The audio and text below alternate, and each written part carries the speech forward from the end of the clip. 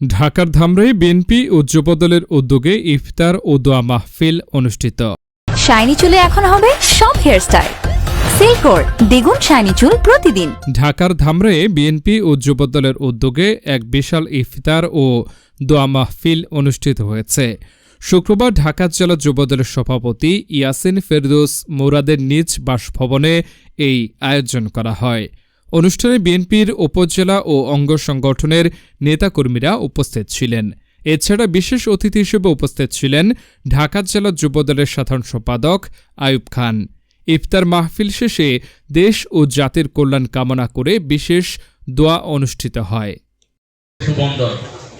এর বাহিরেও আমাদের গ্রামের আশেপাশের গ্রাম, মসজিদ, মাদ্রাসা, বিভিন্ন সমাজের গণ্যমান্য ব্যক্তি যারা এই রাজনীতির সাথে সম্পৃক্ত না, তারাও আজকে দাওয়াতের শরীক হয়েছে।